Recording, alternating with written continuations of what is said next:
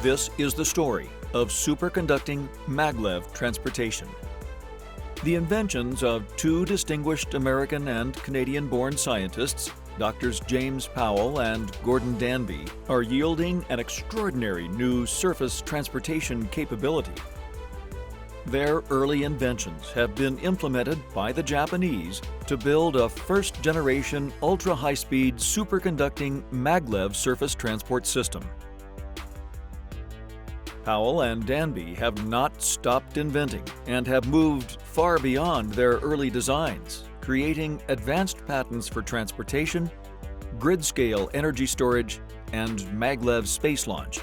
Their new designs enable more powerful lift capability, electronic switching of vehicles, and substantially lower guideway construction cost. Superconducting maglev can now deliver a faster, better, and cheaper 21st century freight system. The importance of Drs. Gordon Danby and Jim Powell's work has been acknowledged by award of the prestigious Benjamin Franklin Medal of Engineering. They join other Franklin Medal recipients, including Nikola Tesla, Orville Wright, Albert Einstein, and Wernher von Braun. Powell and Danby continue to improve and advance maglev transport with new patents and applications. Their new second-generation maglev system is a major advancement beyond present passenger-only maglev systems. Not only will it transport passengers, but also highway trucks, automobiles, and fresh water.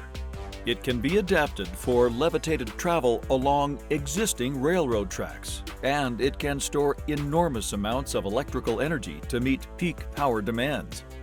The Maglev 2000 second-generation system has much lower cost guideway, much more capable quadrupole magnets, and much greater lift capability.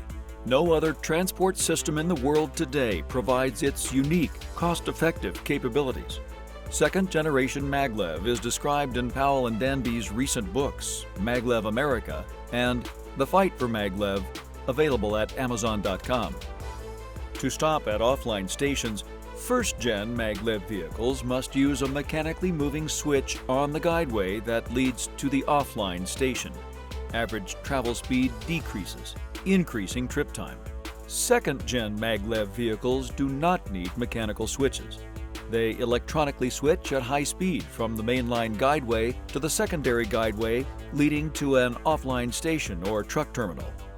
Average speed will be greater and trip time shorter. The second-generation system implements quadrupole magnets using high-temperature superconductors. Its new design makes large-scale maglev network construction viable. Second-gen vehicles will operate in the skip-stop mode, bypassing stations at high speed that they are not scheduled to stop at, only stopping at their scheduled stations. Skip-stop operation will enable many more stations on the main line with more convenient access for travelers and cargo.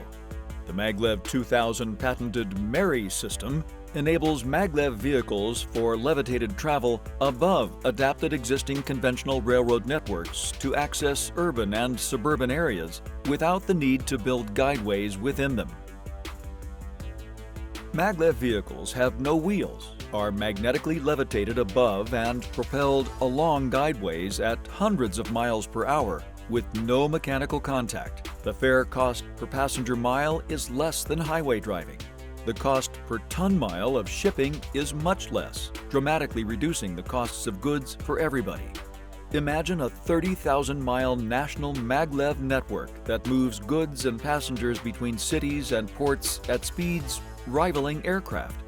Maglev 2000 and Readiness Resource Group have defined a multi-year test and construction program for a national interstate maglev network.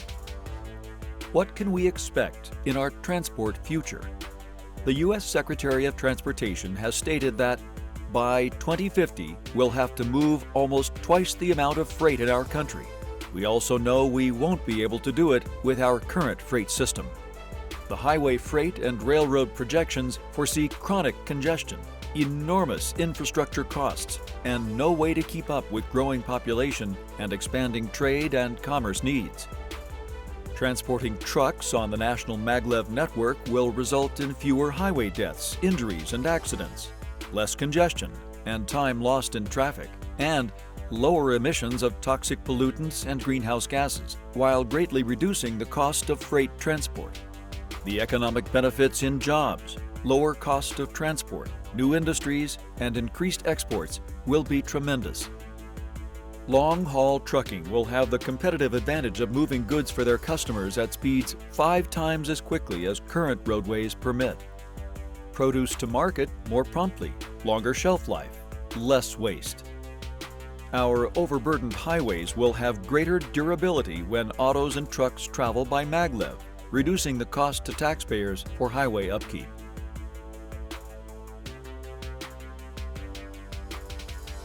Consider taking your personal vehicle hundreds or thousands of miles for business or leisure travel on Maglev, not by highway, with trip times of hours, not days. Maglev can transport fresh water at lower cost than expensive pipelines, assuring it is brought to areas with chronic drought. It can also ferry seawater from coastal intakes for natural evaporative purification in large-scale desalination dry lake beds. Enormous amounts of oil now move by rail from fields in Canada and the U.S. Midwest to refineries and ports in the U.S. and Mexico. Accidents will happen. Quad-wall tankers with carbon fiber shells can carry oil from the fields to refineries and ports, as well as other hazardous materials, by elevated safe Maglev guideways instead of transporting them on roads and at-grade rails. Our decaying present surface transport system constrains our ability to compete in the global marketplace. It's time for a new generation of critical infrastructure for the next century. Maglev is not a futuristic fantasy. No other technology has as much potential to handle the projected doubling of freight transport. Superconducting Maglev industry will greatly enrich our economic security and quality of life in the 21st century. The National Maglev Network awaits leadership and vision. Our decaying present infrastructure has been neglected, and we must act now to prevent economic decline. Let's work together to elevate North American and the world's transport capabilities.